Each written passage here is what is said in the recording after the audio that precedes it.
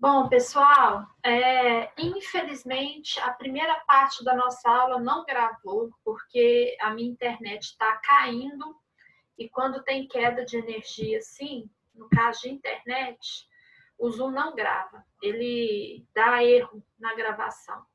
Então, eu vou tentar resumir o que a gente falou na aula, na primeira aula, e que tem a ver com o que a gente está falando aqui do Fórum 4 e que é a pergunta que me foi feita, não lembro por quem. Não sei quem foi que me fez a pergunta.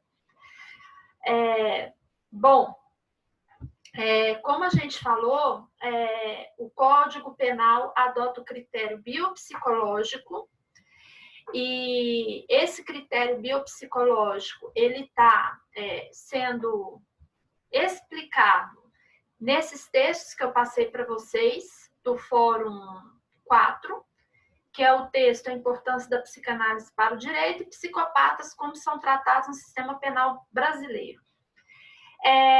Crime para o direito penal é o fato típico e antijurídico, ele está descrito no artigo 1º do Código Penal. O indivíduo que comete crime, então, é aquele que é capaz, lembrando que a incapacidade decorre também da idade, então menor de 18 anos é considerado inimputável, porque ele não teria capacidade de conhecer e entender o crime que ele estaria cometido. Para isso, se ele incorre num crime, por exemplo, num homicídio, o termo jurídico que dá para esse ato é ato infracional. Então, ele não comete crime, ele cometeria ato infracional. A lei que aplica para o menor seria o Estatuto da Criança e do Adolescente. A criança é considerada até 12 anos e o adolescente seria a partir dessa idade até os 18. No caso da criança que comete, por exemplo, o homicídio, que é esse ato infracional, ela vai receber uma medida protetiva, que a lei vai estabelecer esses critérios dessa medida protetiva. Se for o adolescente, ele vai receber uma medida socioeducativa. Como estamos falando aqui, o caso envolve criança, que inclusive tem uma pergunta aqui referente ao caso Beth, que é da ira de um anjo. A pergunta é exatamente essa: como o Código Penal a trataria? No sistema brasileiro, ela é considerada inimputável. Então, essa palavra, expressão inimputável, significa que é o indivíduo que incorre num tipo legal, tipo penal, ou seja, ele estaria ali descrito o tipo penal como crime, mas ele não compreende o que ele cometeu. Então, se ele não compreende o que ele cometeu, em razão de sua condição, seja por idade, seja mental, psicológica, né? Ele é aplicado a ele essa medida socioeducativa ou a medida protetiva, se for criança ou adolescente. Mas, se for um indivíduo maior de 18 anos, por exemplo, um adulto, porém incapaz mentalmente de compreender esse crime, ele também é inimputável, mas nesse caso aplica a ele a medida de segurança. Na medida de segurança, esse indivíduo vai ser encaminhado para os hospitais de custódia, né? Antigos manicômios judiciários, e com a reforma, né, proposta aí dos manicômios, né, luta antimanicomial, que foi aí normatizada pela Lei 10.216 de 2001, esses manicômios judiciários passaram a receber outro nome, que é Hospitais de Custódia e Tratamento Psiquiátrico, HCTPs. Né? Então, esse indivíduo, segundo o Código Penal, que tem problemas, então, de compreensão desse fato por razões mentais, ele é inimputável e ele vai receber medida de segurança, que seria ou encaminhamento para esse HCTPs, ou então ele receberia um tratamento ambulatorial. Então, a medida de segurança, ela é dividida em dois casos. Ela só é aplicada para doentes mentais, considerados pessoas incapazes mentalmente, ou essas pessoas, dependendo do fato típico e antijurídico que ela cometeu, Ou ela vai ficar reclusa, se ela for encaminhada para reclusão, vai ser uma HCTPs. Ou ela vai receber tratamento ambulatorial. Então, ela não fica reclusa, mas recebe tratamento ambulatorial. Bom, então, qual é o critério, que foi a pergunta que me foi feita? Se a psicopatia, o psicopata, ou a pessoa que tem transtorno de personalidade antissocial, se ele vai ser encaminhado, segundo o Código Penal, para um HCTPs, né? Ou se ele é considerado criminoso, normal. Ou seja, ele é imputável ou inimputável. Imputável é o indivíduo que conhece o que fez, então ele cometeu crime. Inimputável é um indivíduo que se enquadra no tipo penal, descrito ali como crime, mas ele não comete crime porque ele não tem compreensão daquilo. Então, ele é chamado de inimputável. Aí ele vai para a medida de segurança. O Código Penal adota, finalmente, o seguinte critério quanto à sanção a ser aplicada. Se a pessoa tem controle ou não das suas emoções. Então, um doutrinador, referência no direito penal, que é usado para essa situação, é o Lombroso. Não sei se vocês já ouviram falar desse doutrinador. Segundo Lombroso, ele usa, inclusive, a expressão TPA como psicopatia sinônimas de delinquência nata. Então, para ele, o indivíduo já nasce delinquente, não tem solução, né? Já está lascado. Então, esse é um dos doutrinadores que é usado pelo Código Penal como referência para tentar entender esse indivíduo. Então, se ele já nasce assim, ele já tem até o controle das suas emoções, ele sabe o que ele está fazendo.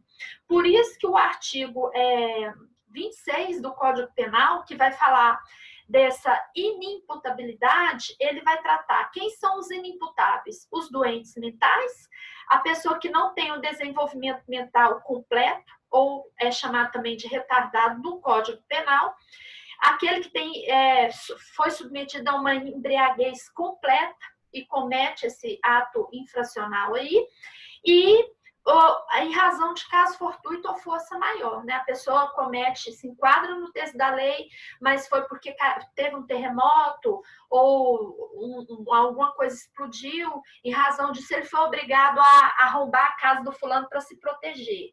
Então, esse arrombamento não é conhecido como crime, porque ele estaria em um caso fortuito ou força maior. Pegando o nosso lado do doente mental, então, resumindo a pergunta do colega, o indivíduo, então, que é psicopata ou tem TPA para o direito penal, ele comete crime, ele vai ser condenado normalmente como uma pessoa comum, né? Ele responde por atenuante ou por agravante. Eu dei até exemplo na primeira aula desse maníaco aqui de Goiânia, né? Que ele é um psicopata, você vê o perfil dele, é psicopata. O outro caso que eu sugeri para vocês acompanharem, lerem, né, a situação do maníaco do parque, está preso, né, não tem data para sair. Bom, o que os direitos humanos têm a ver com isso? Os direitos humanos têm a ver no seguinte sentido. Será, como a gente viu lá da prisão de Stanford, desembargo, né, que tem a ver com o ambiente que provoca no indivíduo o efeito Lúcifer, olha tanto que isso é forte, né? O ambiente, a ambiência, as pessoas, o local provoca no indivíduo o efeito Lúcifer, traz à tona a maldade, né?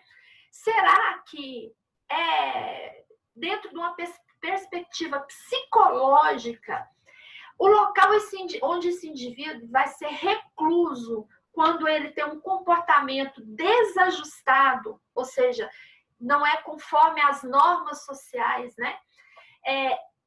Indo para uma prisão, ficando com outros presos que não têm o mesmo distúrbio que ele, será que ele vai ser tratado? Aí nós vamos falar aqui da prisão. Qual é o objetivo da prisão no sistema penal brasileiro? Pasmem, socializar e punir. O primeiro objetivo da prisão é ressocializar o indivíduo, é colocar esse indivíduo de volta à sociedade. O segundo é que é punir. Gente, na prática, nós não temos a ressocialização, nem, como eu dei de exemplo na primeira aula, e que não ficou gravado, que eu dei o caso aqui de Anápolis, onde as crianças e adolescentes estavam reclusos lá no batalhão Inclusive, elas fizeram uma rebelião, tacaram fogo lá no batalhão e ficaram lá tendo aula no meio da cinza. Resumindo, foi isso. Por muito tempo, essa situação perdurou, até que o local deles ficasse pronto. Enfim, se isso acontece com o Estatuto da Criança e Adolescente, imagina que o indivíduo vai visitar um presídio.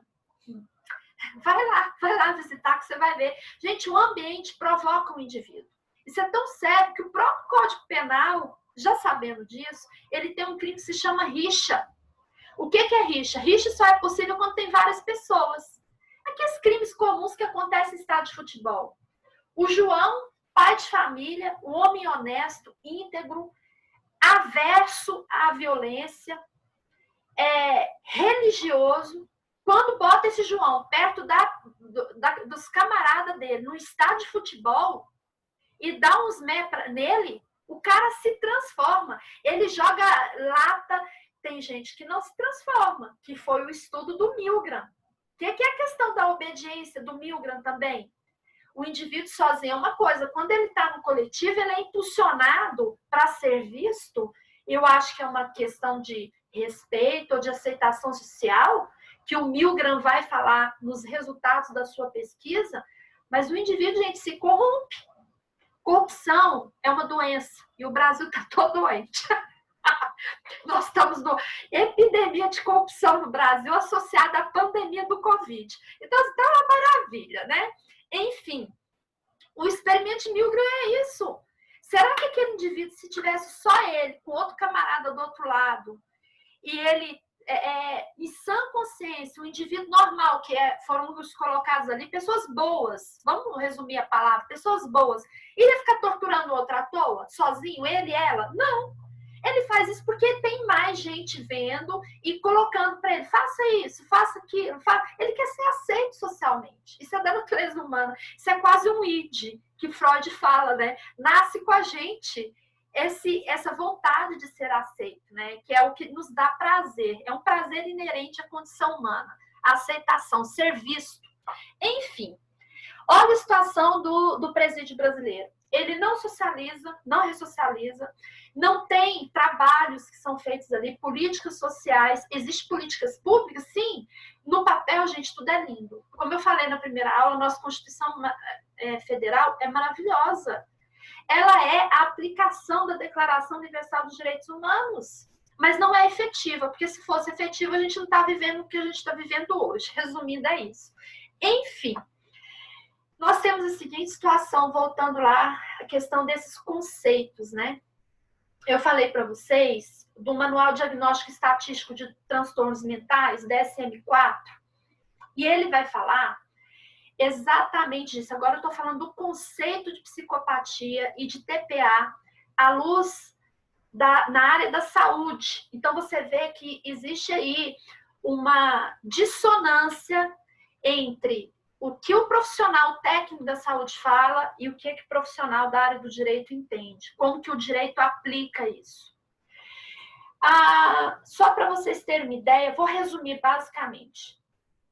De onde poderia ter nascido a TPA? Vamos supor que TPA seja compreendida como psicopatia, o que não é.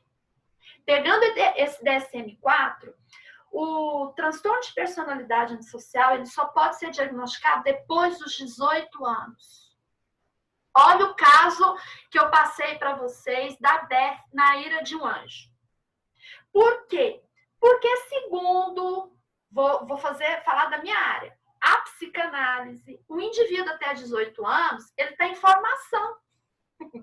É a formação psicossexual. Ele não tem como aferir que ele tem a persona dele toda formada. Então, até 18 anos, você tem outros desvios de conduta. Vamos falar lá, outros transtornos ligados ao agir, transtornos de comportamento. Vamos pegar o TDO, que é o transtorno desafiador opositivo. É aquele menininho que a mãe fala, não faz isso, ele vai lá e faz. Olha o nome, transtorno, ele desafia opositivo, contra o que a mãe dele fala, transtorno desafiador opositivo, TDO. Menino, para de fazer isso com o gatinho, ele continua. Cuidado, que você vai ter que aplicar alguma coisa nessa criança, segundo Piaget, buscando educá-la, porque se ele não for educado e ele continuar batendo na sua cara e se rindo, ele vai entender que bater na cara dos outros é engraçado, porque todo mundo ri. E você pode provocar nessa criança um outro transtorno, se isso não for trabalhado. O TDO pode levar ao TC, que é o transtorno de conduta, que também está lá diagnosticado no Manual Diagnóstico Estatístico de Transtornos Mentais. Só que o transtorno de conduta, ele já é mais grave, né? Ele tem como um diagnóstico um padrão repetitivo e persistente. Então, ele vai repetindo aquilo várias vezes, só que ele começa a ser agressivo. Muitas crianças e adolescentes que cometem ato infracional, quando passam pelo psicólogo, elas têm um diagnóstico de transtorno de conduta. Só que tem um detalhe, o transtorno de conduta, ele é tratado.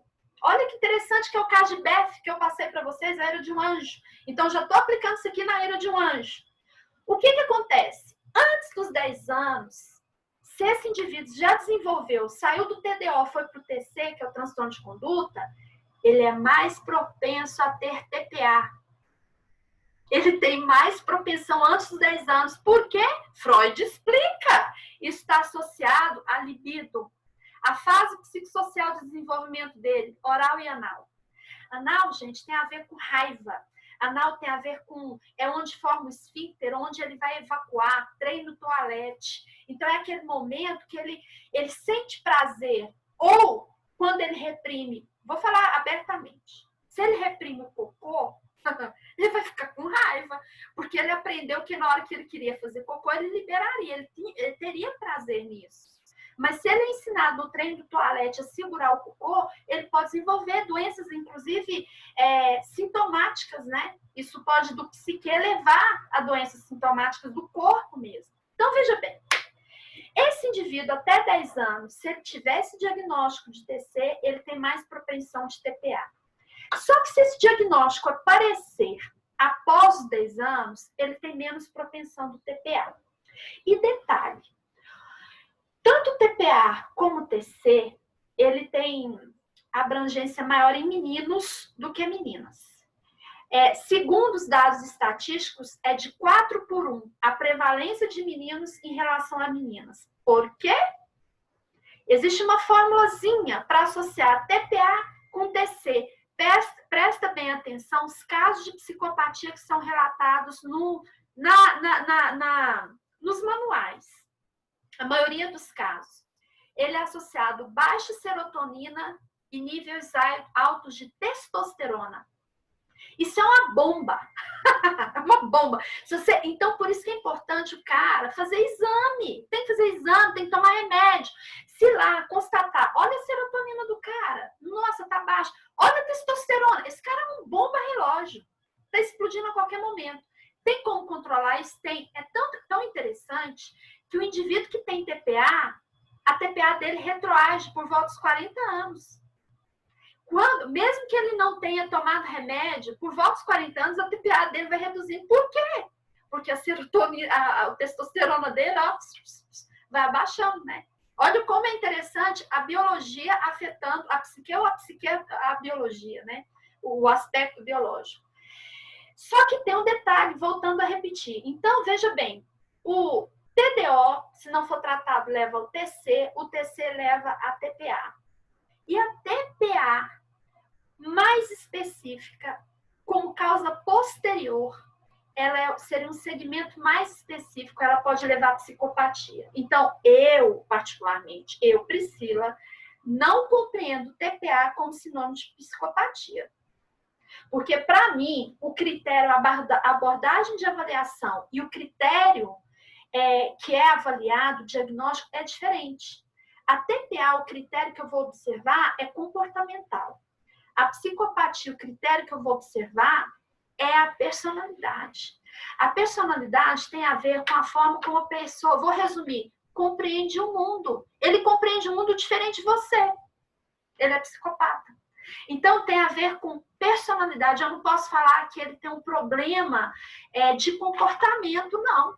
Ele tem um problema de personalidade, a forma como ele sente, a forma das emoções dele, a forma como ele traduz com o meio, como ele se comporta, como ele entende esse meio é diferente.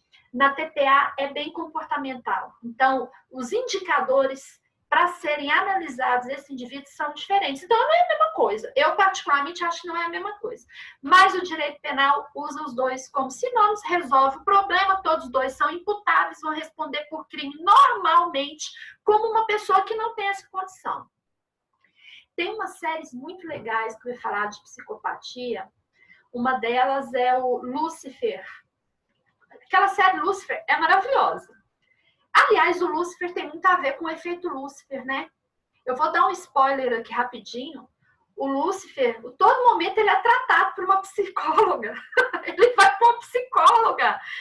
Então, ele tem uma maldade inerente nele. É o id. Olha que coisa. Só que o Lúcifer, ele bate de frente com o Lombroso, que fala que o indivíduo já nasce ruim com a delinquência nata.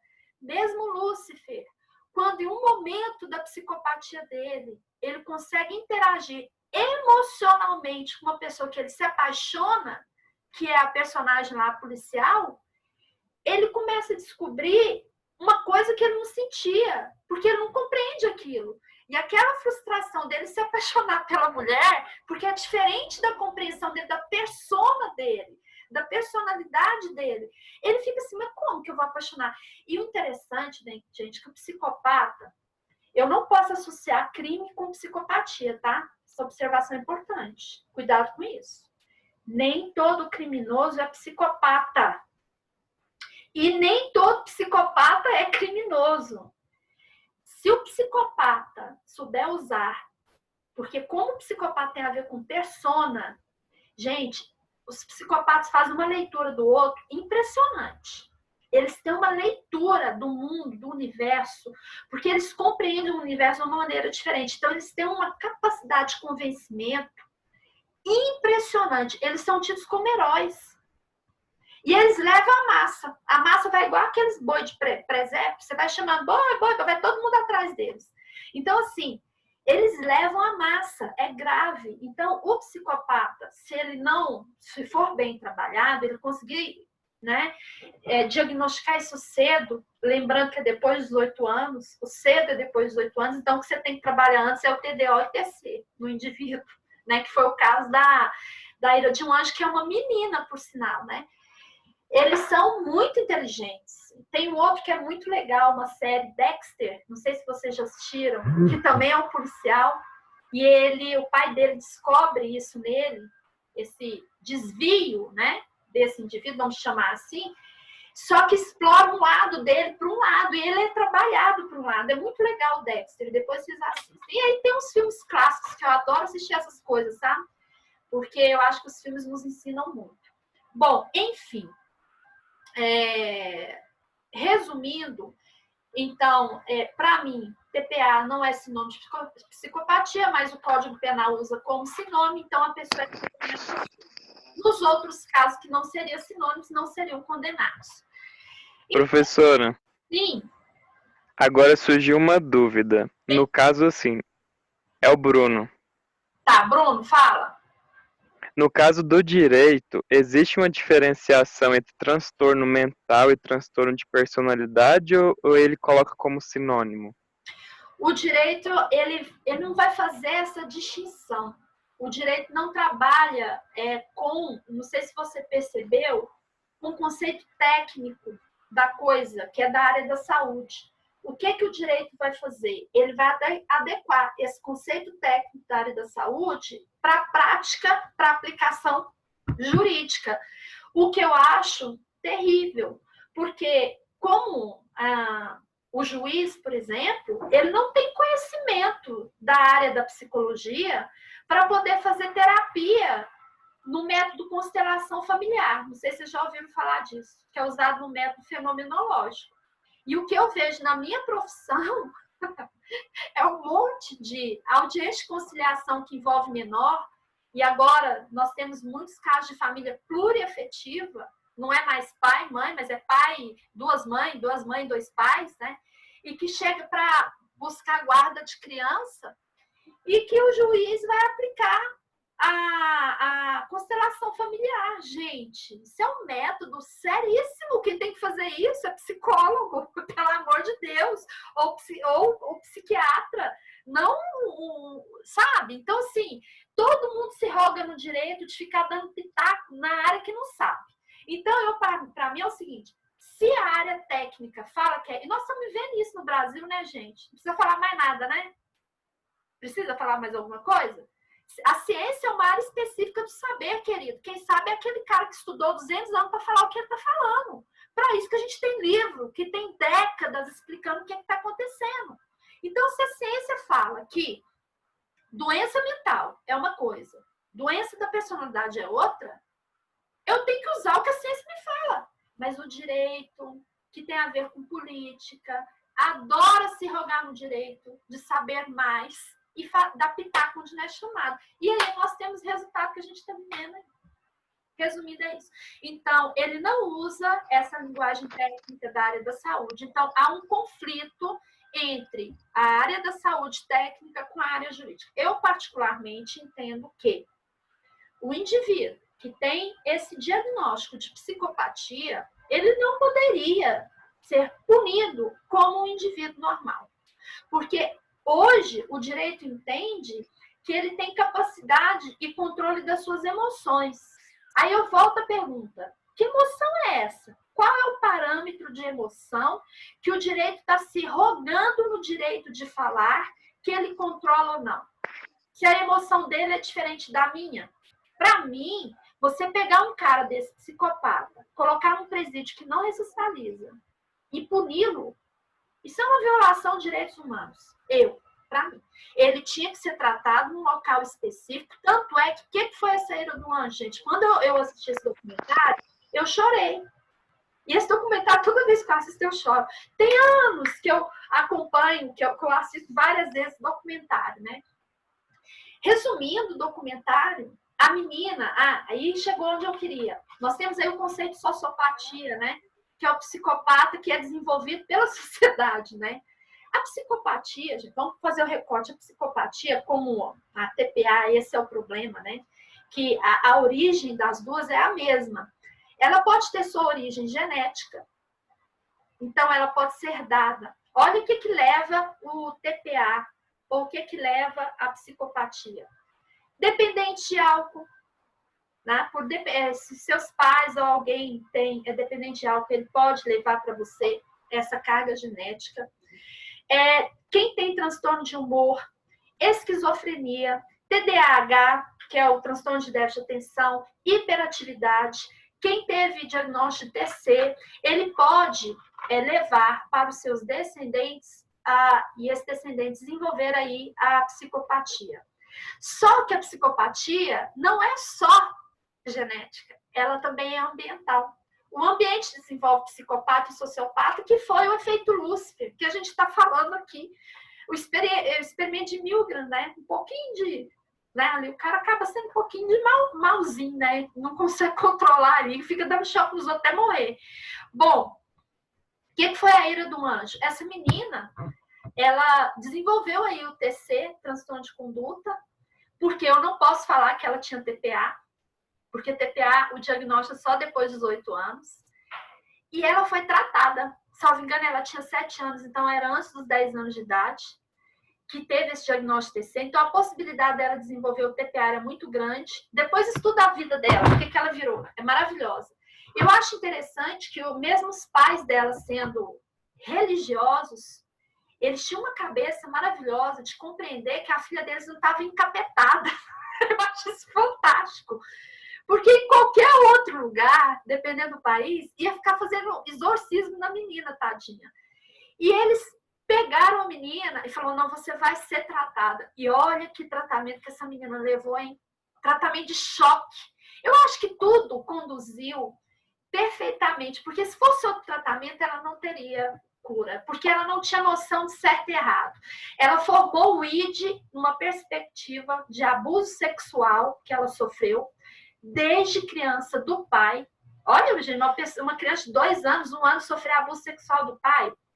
E nesse id que ela formou, que deu a noção dela de prazer, invertido, que a gente compreende como errado, o ego e o superego dela se firmou nessa noção de normal. Olha, é terrível isso. Como que era a compreensão de ego e superego dessa menina? De padrão de conduta?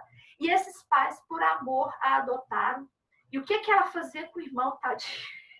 Tadinho desse menino. E ela foi tratada. Você sabe o que eu chorei quando passou o tratamento dela? Primeiro, quando ela é entrevistada antes do tratamento. Você vê que ela não tem emoção. Você olha para a pessoa que tem psicopatia, que não é o caso dela, não posso afirmar que ela é psicopata, repetindo, porque esse diagnóstico é só depois dos 18 anos, porque ela ainda está em formação.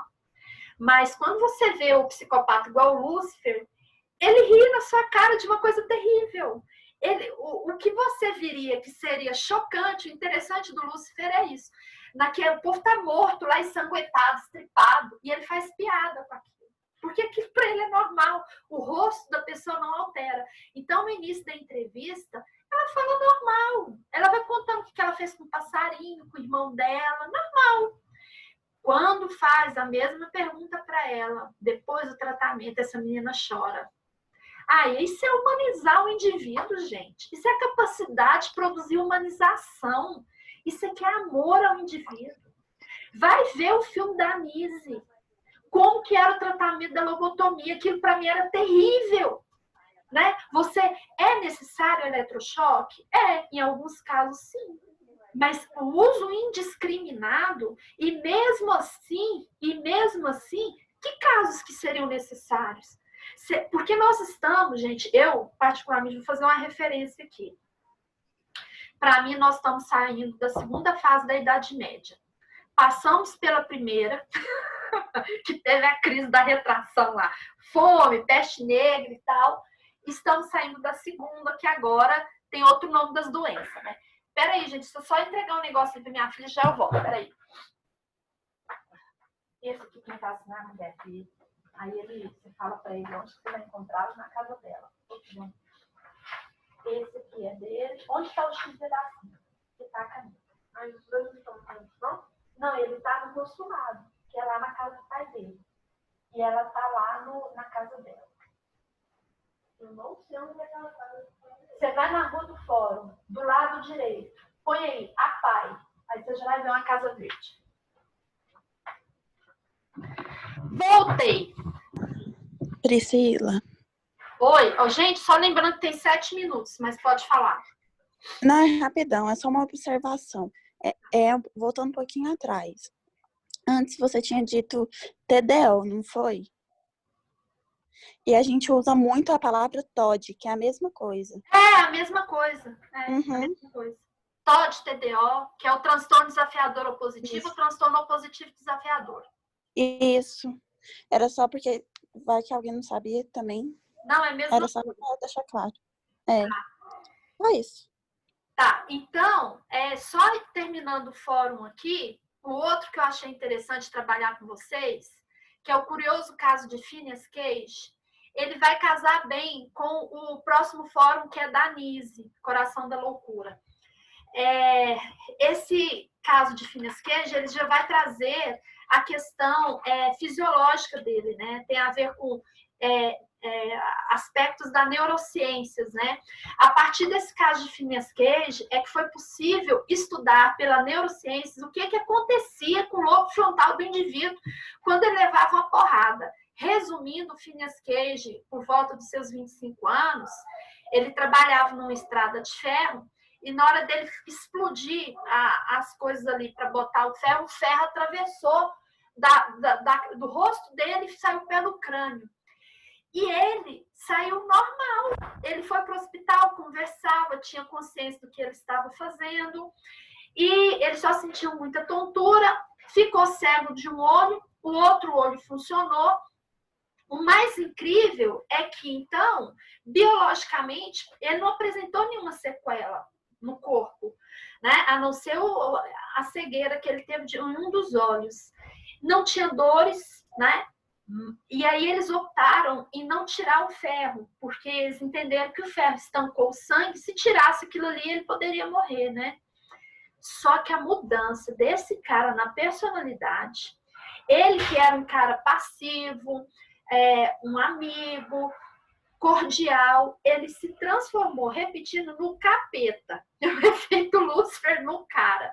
Tanto é que logo depois desse acidente, ele foi demitido da empresa que ele trabalhava há anos, procurou outros empregos, não conseguiu, e até que ele trabalhou, conseguiu um emprego no circo de anomalias, né?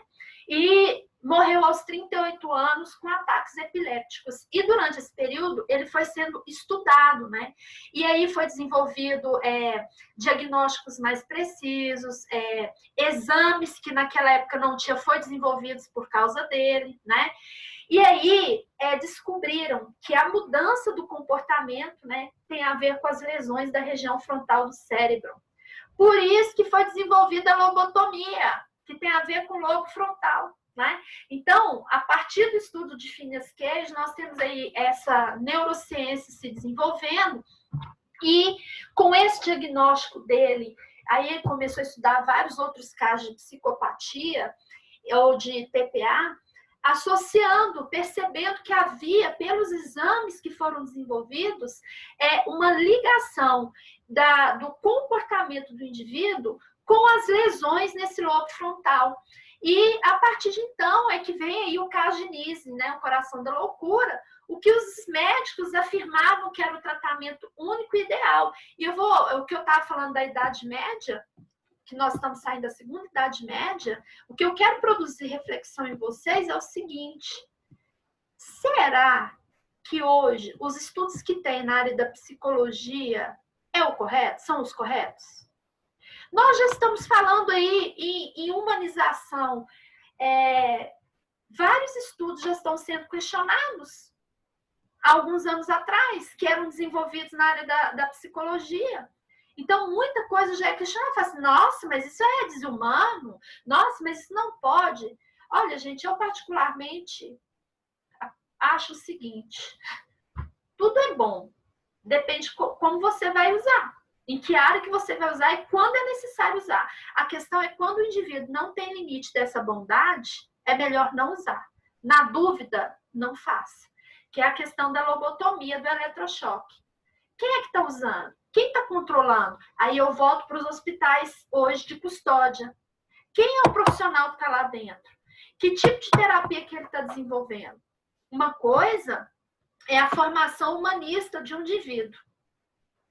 Outra coisa é uma formação técnica do indivíduo. E os dois vão ser colocados para a par para trabalhar. O caso Nise, depois quando vocês forem assistir, preste atenção no enfermeiro que trabalhava com ela. Aquele cara era doente, gente. Ele tinha prazer em judiar dos camaradas, dos camaradas, usando a expressão. Ele tinha prazer em judiar dos clientes. Porque a Nise falava que ela não trabalhava com paciente, ela trabalhava com cliente. Ele tinha prazer em judiar dos clientes dela. Ele já era doente, ele estava desenvolvendo ali a sociopatia. E no final, o que ele faz? Ele transforma. Então, a pessoa, quando ela tem uma formação humanística que tem a ver com visão, com respeito ao próximo, com amor incondicional ao indivíduo, isso reflete na conduta, né? A gente bota sentido naquilo que a gente faz. É totalmente diferente o resultado disso. Lembrando que o que a gente aprendeu até agora é que o indivíduo é uma coisa sozinho. Quando ele é colocado no coletivo, ele se transforma. Eu até imagino que naquele grupo de médicos em que ela chegou para trabalhar, haviam pessoas com boas intenções ali que não concordavam com os métodos que eram aplicados, mas aceitavam porque queriam ser o quê? Aceitos, vistos, reconhecidos. Então, mesmo não concordando com aquele método, então, gente, o que a gente aprendeu no experimento de Milgram é que nem todos concordam, mas aceitam. Por quê? Qual é a razão que você aceita? Que você continua naquela ambiência praticando mal para o outro, vamos dizer assim. É por você ou é pelo outro? Ou porque é a regra do jogo? que Foucault fala, nós somos um atravessar de discursos, é a regra do jogo que me impulsiona a fazer de maneira X ou Y? São poucos